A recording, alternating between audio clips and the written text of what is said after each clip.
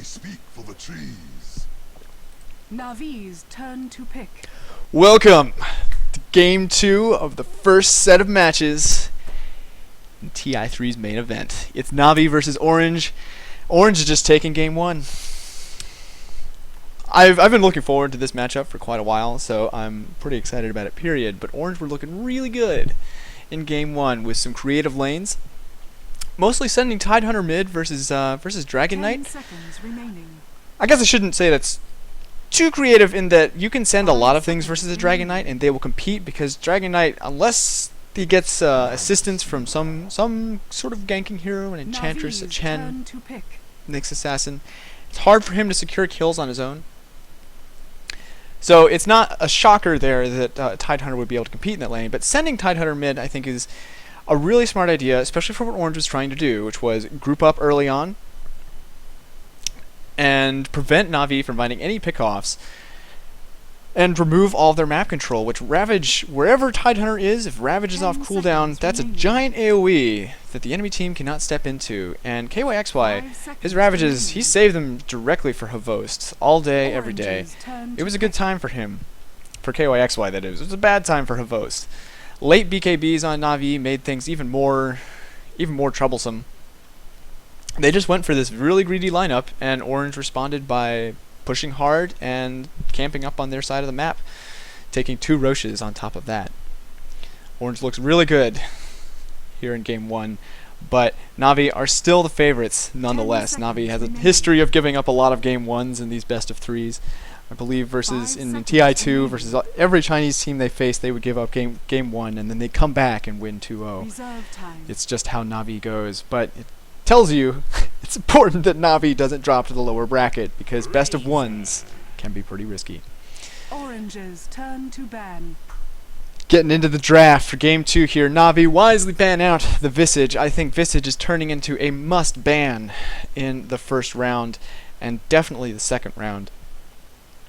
He is just the most problematic support in the game. He produces so many kills, and for a support to be someone that you have to focus early on, that's such a problem in team fights, because it saves damage for the carries, and as Visage you can stay so far back, you don't have to deal any auto attacks, you can just rack up the soul charges and pump out soul assumptions and use your familiars. It's easy to position Visage in a very secure way, which is why Visage often comes out with so few deaths and so many kills.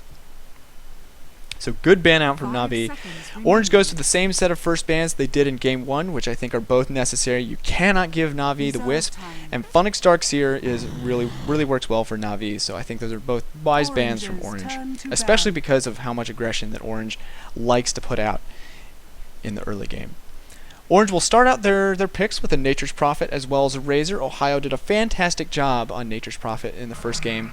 But one of the unique things about Orange compared to other teams is that they have so many people that can play the different heroes that they pick. They have three players that can do Nature's Prophet, all extremely well. Ohio did a fantastic job on Nature's Prophet. He was the most farmed for the first 15 to 20 minutes of the game, and he did not pick up a Midas, which says so much. And he was off lane versus a Weaver. Like, that's incredible. He did a fantastic job. But the thing is, KYXY and Mushi are both strong Nature's Prophets. They are very good. They all have a different style, but they all work for how Orange likes to play. And that's one of the strengths of Orange as a team, is that they have a lot of versatility in who plays what role and how well they do it. Razor's the second pickup for Orange, which I think is a great choice up against the Lifestealer for Navi. Razor doesn't hard counter Lifestealer. He's not a, oh god, they picked Razor, why do we have a Lifestealer? But he's a very strong mid. And he can be super aggressive, which again, Orange loves. Razor's been very common throughout all the teams in this tournament, because of there's a lot of different ways you can use him. You can max the static link, which if you do that, then you are probably going to be focusing on diving towers and looking to group up with your team. We saw an Ags refresher from Zenith versus Fnatic, game 1 or 2. John, you'd remember. And there's just so many builds you can do on Razor. You can build the BKB, which has been the most common way to do it, so that he has a lot of mobility and just can stay on top of people without getting interrupted. you can max out the unstable current, focusing on slowing anybody down who wants to go on you. Which versus Lifestealer, it forces him to pop the rage if you want to go onto Razor. Can definitely be a problem for Bane with the enfeeble, Brain Sap. Actually, everything Bane does is a single target. So if Bane uses, theoretically uses all 4 abilities on Razor, that's 480 damage that Bane will take. And Navi go no, never. Navi were on the dire side for a second there. Got myself confused. Orange will pick up the Shadow Demon this game. I also really like this as a support, and it's one that we've seen a lot of. It's not an uncommon pick, but the Western teams have really foregone, and I don't know why. I really like Shadow Demon, particularly comboed with Razor. This really throws Orange's lanes into a big giant question mark, because the Shadow Demon plus Razor is a nice combo. You disrupt, you throw out the static link, nothing in the world interrupts a static link aside from death and getting out of range. So the static link will go through disruption. That's even more time to rack up the damage steal on Razor. It's a good tri-lane. Or even a dual lane.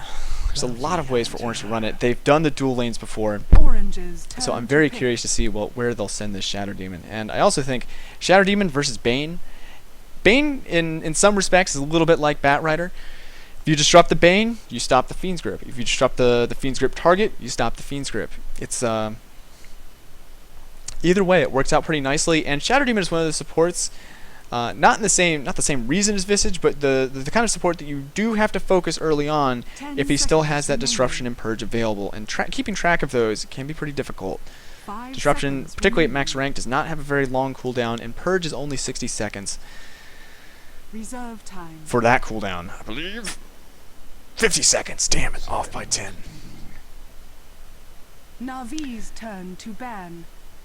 So it's not like you can just wait for him to use his spells. He can come back and use them again, or have them for the next fight, or what have you. But he's a valuable target to focus down, and that's kind of a trend that Orange has right now. They round out their support picks with the Sand King. Remaining. This could be a very strong aggressive tri-lane. It could be dual lanes.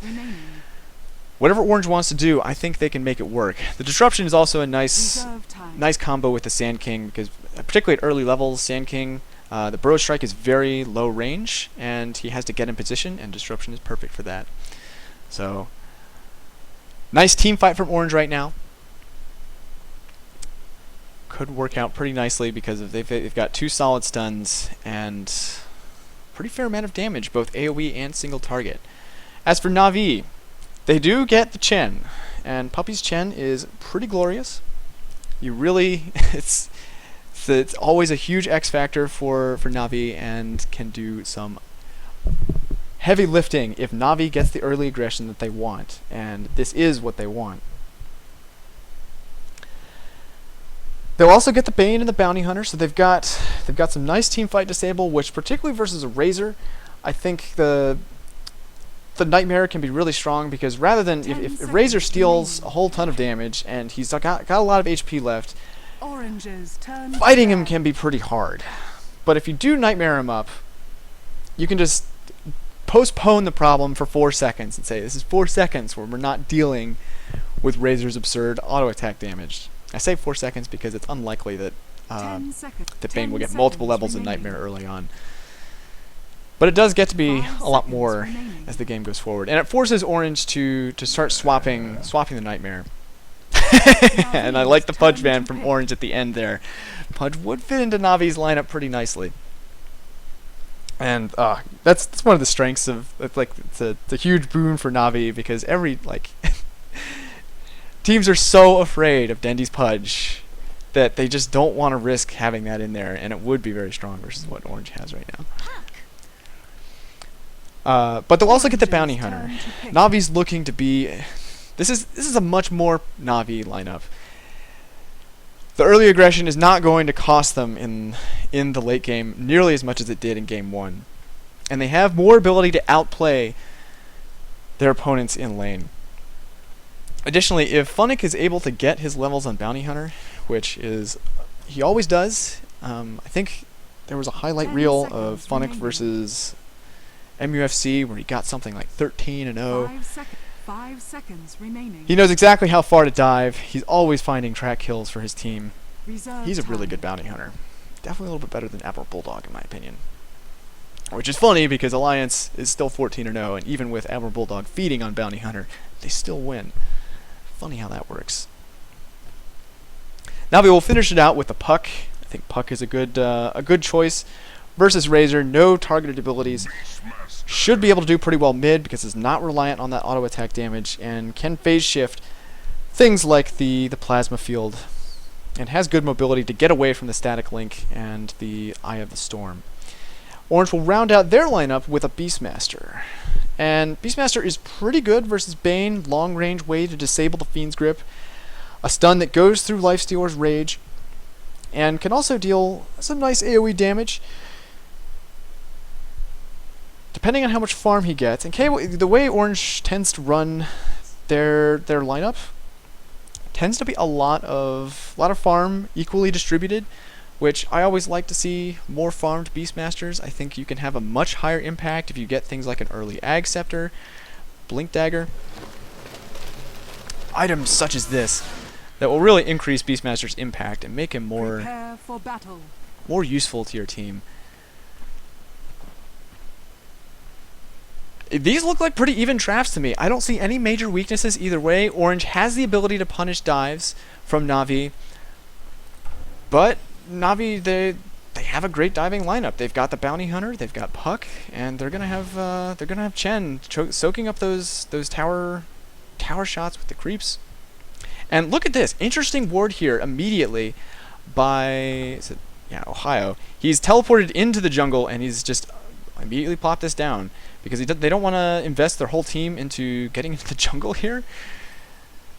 And it looks like it's gonna be Ohio on Nature's Prophet doing the off lane. And with a defensive tri lane, he does need that ward 30 seconds to successfully make this work. And I think the Nature's Prophet off lane is a good idea for Orange. He's going to be able to throw the Treants into the jungle, block the camps, and slow down Puppy's early farm. And you can see there's also a sentry here placed by Puppy. And Puppy, as soon as he sees that the creeps don't spawn, he'll deward. But look at this, four sentries. Now I don't believe. Does this actually stop this creep camp? We're going to have to see.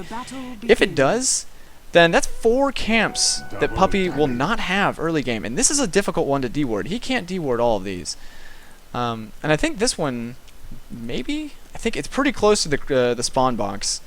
I think it goes something like around here. So if it is, this could be a very rough start for Puppy. And there's no way that he can deward all of this. So a strong start for Ohio, and actually because he's had to go teleport first, he's going to do some cliff jungling. Haven't seen that in a professional game in a while. Kind of a pub strat, but it will work out for him, and it's going to find a lot more farm. Poor Puppy, he's going to have a goddamn shitty start.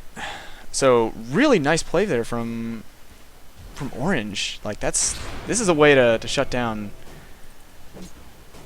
Chen. Now, okay, this ward does not stop this pull, so Puppy will have one camp to farm, and he'll stack this because I think he knows that that's all he's going to get. So he has to go for what little he can find. So Havost, he'll be down in the bottom lane, farming this unchallenged lane.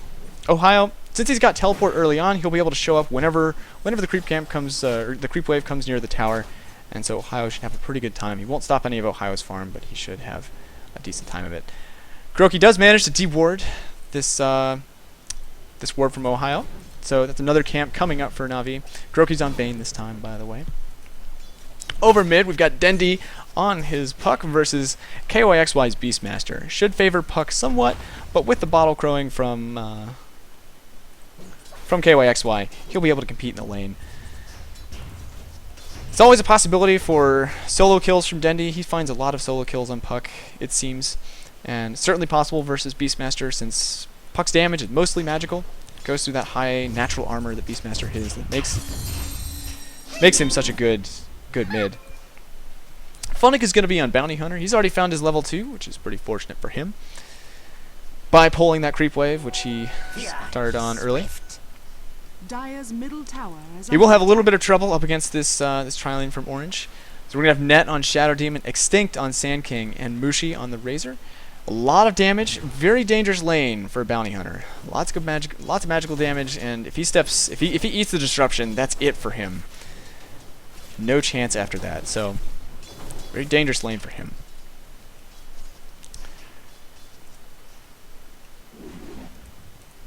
Krogi at the moment, because of all the wards that are in the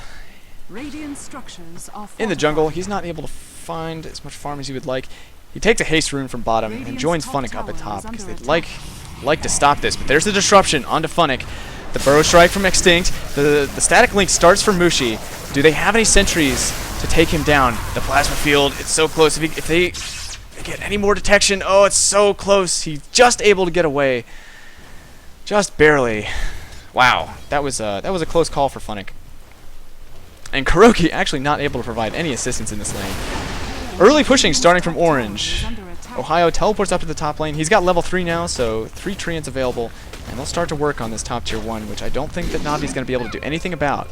So Orange, much the same strategy as in game 1, but even more aggression earlier on. I think the first tower went down around like 4 or 5 minutes. This one will go down at 3.5 minutes. So Orange strikes first blood in terms of towers. Good news for Funnick. Pushes will allow the lane to push a little bit further back to the tier 2, so he'll have a little bit of a better time. But still, a lot of gold for everyone.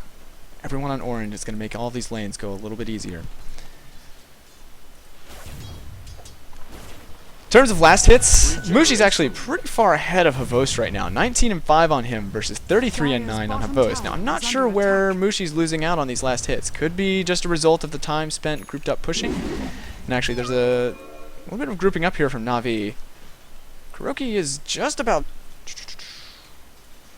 just barely. Yeah, he would have been spotted there. Trying to make use of these fog of war things. Although, look at this from Navi. Funnick is on the backside. Dendi wants to go in. Does not yet have the Dream Coil. He's just a few experience points away. Oh, Puppy is rotated, but he doesn't have any creeps, so this seems like a futile chase. I don't think they're going to be able to take down KYXY.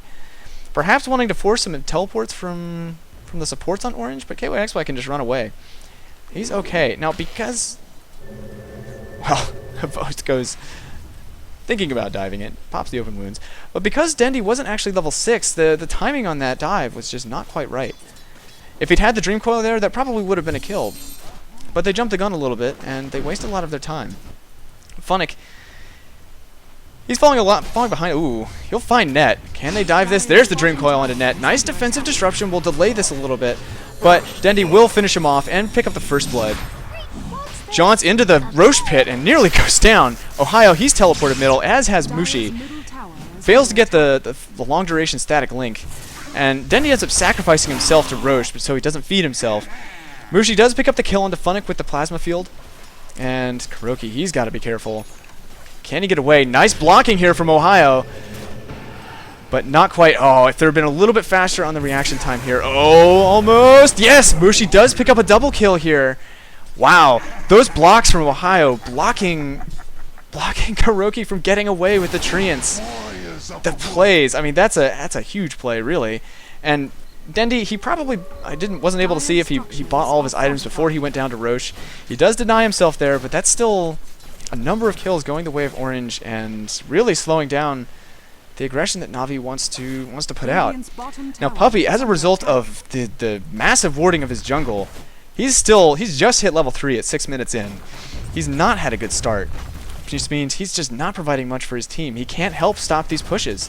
And look, this bottom tier 2 or tier 1 is not looking so healthy, and I don't know that Navi can stop this push. Dire's middle tower. Orange, they're coming out swinging here. This is the second tower down in their favor, and I don't know that the mid tier 1 will be long for this world. Navi's ability to stop this push, it's very weak. Havost is rotated mid because he can't stay down at bottom. Now actually there's an infest onto Dendi here. Extinct, he will get Dream Coiled up. He gets silenced. A pretty easy kill for Navi. There was a considered teleport from Orange, but immediately cancelled. So a nice kill for Navi. Kuroki actually picks up the last hit there with the Brain Sap. So Navi does find a return kill, and I think this is actually a pretty smart play for them because they know that Orange want to immediately head towards mid and go to work on their mid tier 1. Navi needs this mid tier 1 as long as possible. So by putting pressure here, by getting some damage onto Orange's mid tier 1, they'll delay the demise of their mid tower for the time being, and forces some rotation as well, which creates more room for Havost to farm. Havost has picked up his, is just about to get his phase drums. As soon as he gets his first big item, I imagine it'll be an armlet in this game. Needs the maximum amount of impact from his first item pickup. But there's a teleport in from Ohio. Orange starts to work on the mid tier 1. The Fortify is still available, but I just don't think that Navi can take this fight. There's still no level 6 on Funix, so there's no track available.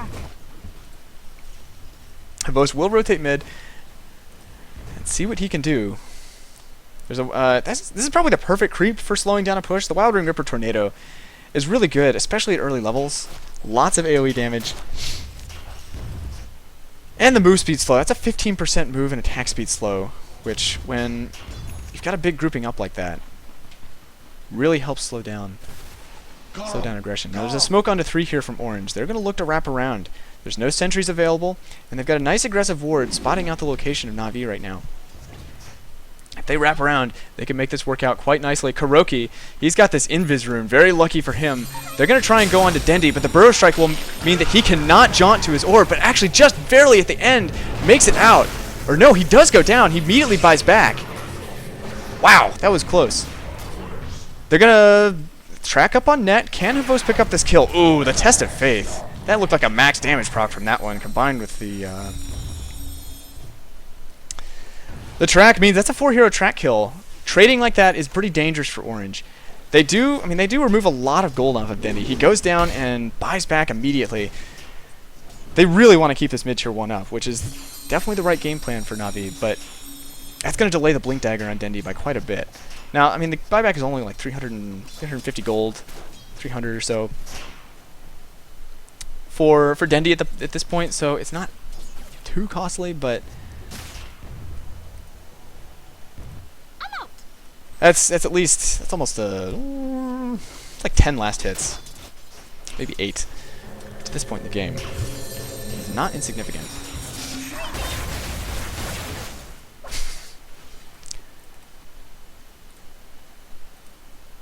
So one thing that Orange does need to be careful about here, they can't spend too much time grouped up, because once more, we see the same thing, same story as in the first game. Oh, Havost, he's trying to go on Ohio. The Nightmare will interrupt the teleport.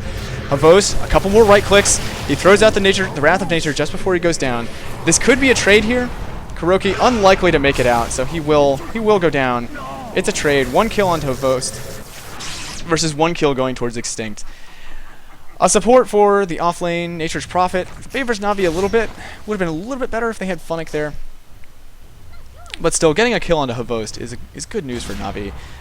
I think they're pretty willing to sacrifice Kuroki in this game.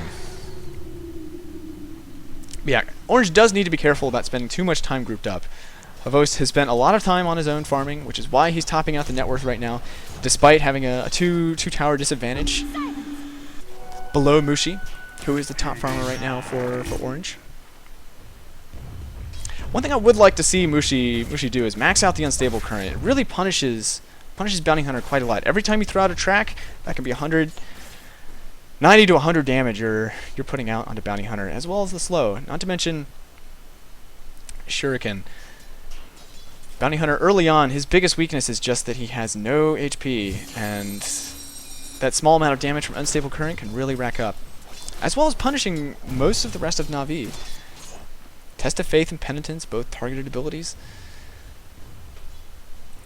And as mentioned with Bane, they're giving Kuroki this solo lane down at bottom. They want him to hit his level 6, get that Fiend's Grip up. Help Navi hold off this aggression from Orange. But Navi, they're matching Orange's aggression with their own. They're camping up in Orange's jungle. Havost is working straight towards that armor. He's got the Helm of Iron Will. So there's a smoke up here by Orange behind the trees, not visible by Navi.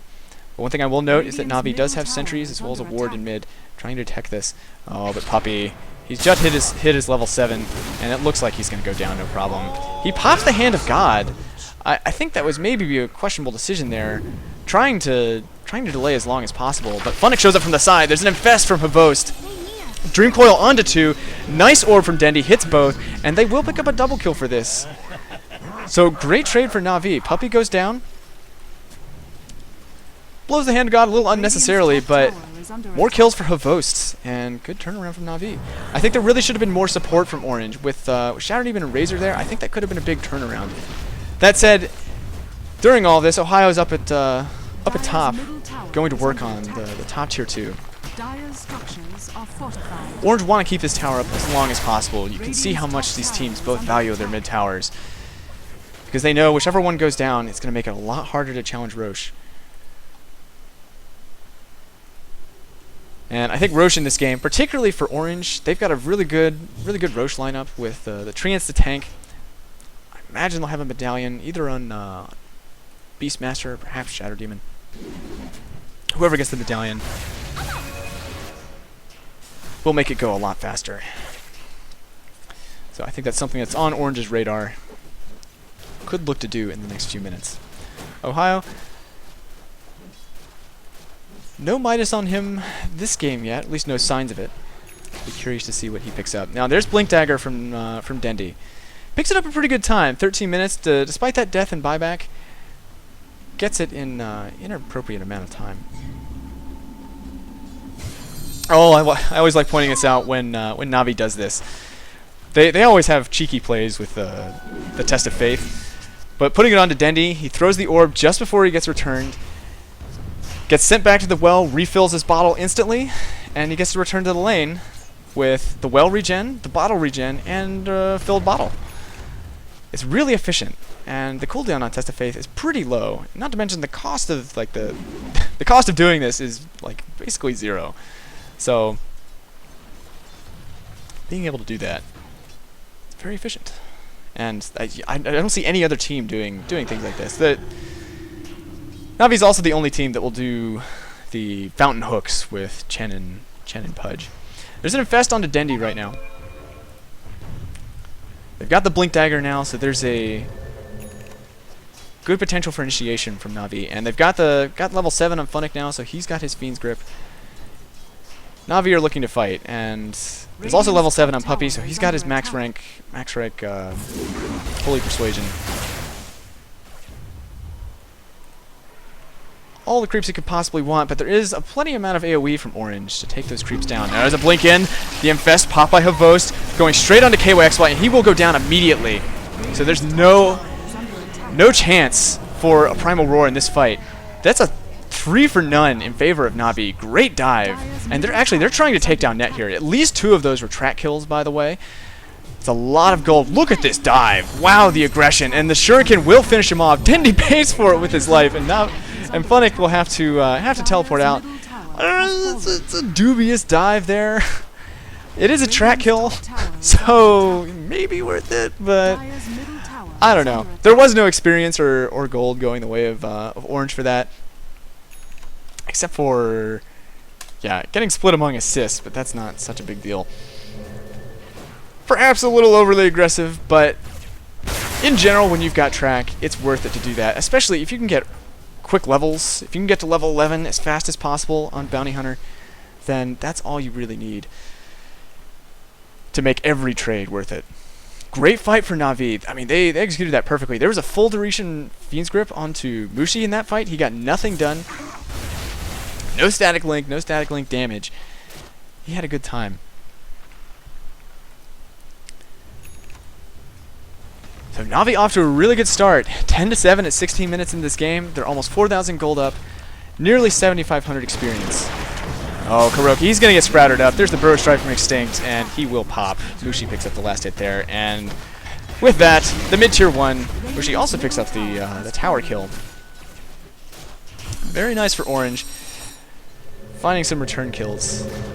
They immediately teleport down to bottom. They'd like to challenge this. There's no Fortify available, however, and Havost with this armlet tears through it too quickly.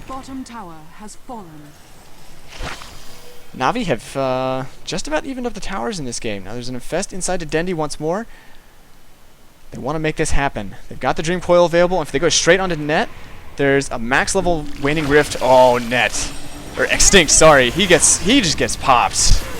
The full combo from Dendi. Now Havost, he gets roared up under the tower. He's tanking a lot of damage right now. Can he armlet toggle his way through this? Can he? Oh my god, it's so close. Dendi actually picks up the kill on net just at the end, but Plasma Field will finish off Havost in the meantime. So it's a drove right onto Mushi. There's the track. Misses the orb from Dendi, but the Shuriken mechanism from KYXY will keep Mushi alive just a little bit longer. Plasma Field flies out, but the right clicks from Dendi will finish him off, and that's another track kill going the way. Ohio jumps in the middle of things, however. This could be a big feed. Yes, that's another track kill going the way of Navi. Ohio stepping out way too far, feeding more kills. That said, Puppy, he does drop from the axes from KYXY. Kuroki, he's got a full duration Fiend's Grip onto Extinct right now. He's eating the last bits of the epicenter, but Funnick finds yet another kill in this fight, picking off Extinct. It's a really good fight for him. KYXY, you can see he's trying to throw the axes, but the juking from Funnick, he will dodge the axes and he will be okay. Plus, there's the net here from Puppy's Dark Troll Summoner, so wasn't going to be able to find the kill anyways. Trading is not what Orange wants to do in these fights, especially with Mushi going down. I think Orange is really reliant on Mushi in this game to bring the DPS. Oh, teleport middle from Ohio. He doesn't have any kind of silence though, so he's not going to be able to take down Dendi. I think he's going to need an Orchid if he wants to find those kills. So yeah, trading like that, I think those are all track kills in favor of Navi. And they do lose Havost, but Navi, particularly at this stage of the game, they're not reliant on Havost like Orange is reliant on Mushi. Havost is just, a nice, healthy dump truck worth of damage. But Dendi and Funnick alone are enough to threaten these supports on Orange, especially with the silence. Really a problem for Extinct and Net to halt the aggression from Navi. Now, Orange were looking to do Roche here, but I don't think they can. Not with Dendi having the great start that he is. They go into net. There's the silence. Forced to pop the Dream Coil for that solo kill, but with one kill, 4v5 now, Orange cannot take Roche, and they'll be forced to back off. And it could even allow Navi to do it if they wanted. I don't think they will. It's a very risky engagement, especially given the epicenter will be off cooldown. Oh, Funnick. He gets trapped up. The static link, he will go down, so there's no track kills for Navi in this fight, but there's the Fiend's Grip onto Extinct. The roar onto Kuroki will cancel the Fiend's Grip, but Dendi pops in and finishes off Extinct just before he's able to escape. Mushi, meanwhile, he is able to get the kill on Kuroki. No tracks in that fight, so the trade's 2 for 1, favoring Orange there. Wow, 17-13 at 20 minutes into the game. There's an immediate buyback from Funnick. He wants to get back in this fight as soon as possible. Now, with the lack of minus armor here, they do have a medallion, but the Lightning Storm will end in just a moment. So that will not be available, but with the buyback from Funnick, I think Orange are going to be forced to back out of this fight.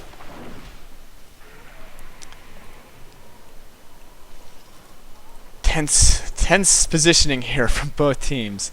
Look at the goal leads, about 5,000 in favor of Navi, about 8,000 experience, so big level advantage for them at 20 minutes into the game. But wow, what an action-packed game. 17-13, 20 minutes in. Could you ask for a better game of Dota? I certainly could. 2 of my favorite teams, the International. Oh, it's so good. Navi, there's the Infest, inside to Dendi. He's going to go straight onto KYXY. There's the Waning Rift. He's silenced up. He's not going to be able. Oh, but a defensive disruption from Net will keep him alive for the time being. But one more right click from Provost, and he will go down.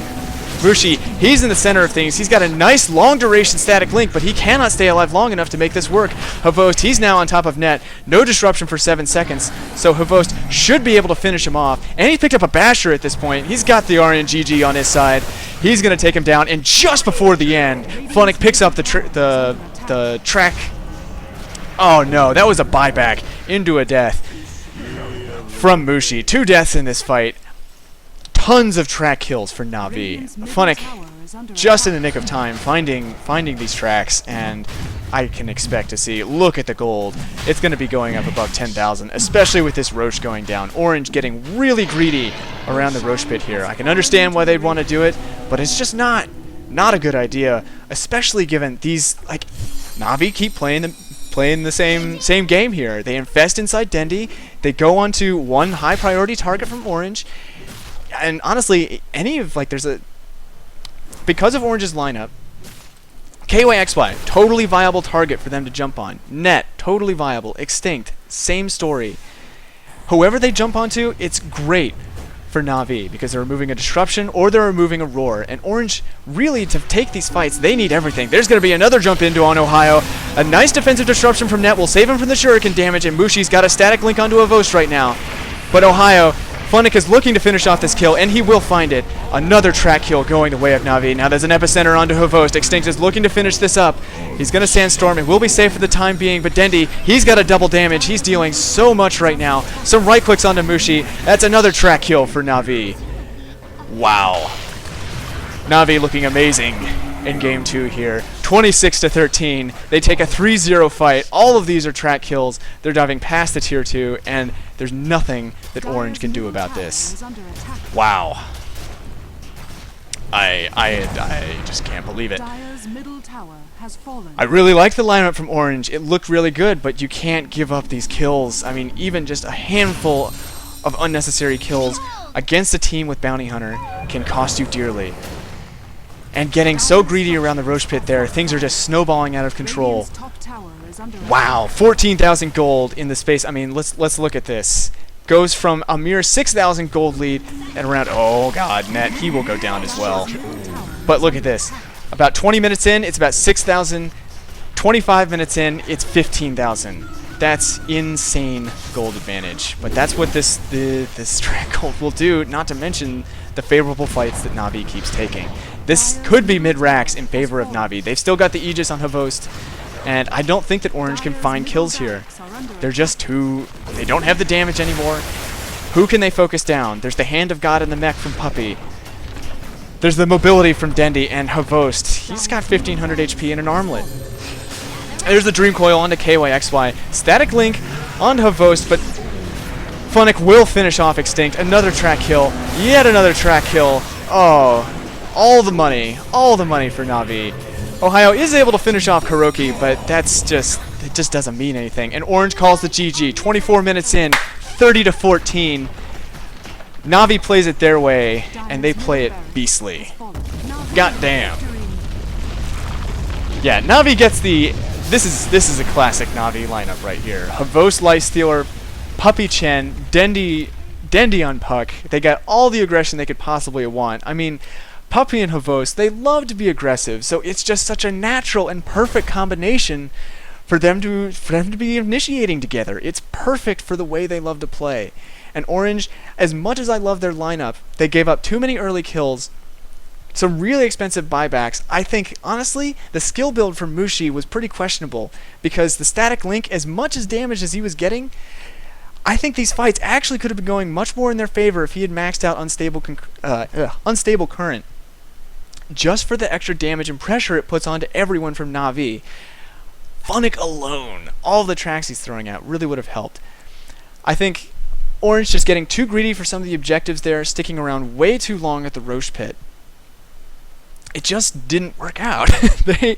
They got really greedy for it, and once they started, they felt like they couldn't stop. And Orange, they needed to take...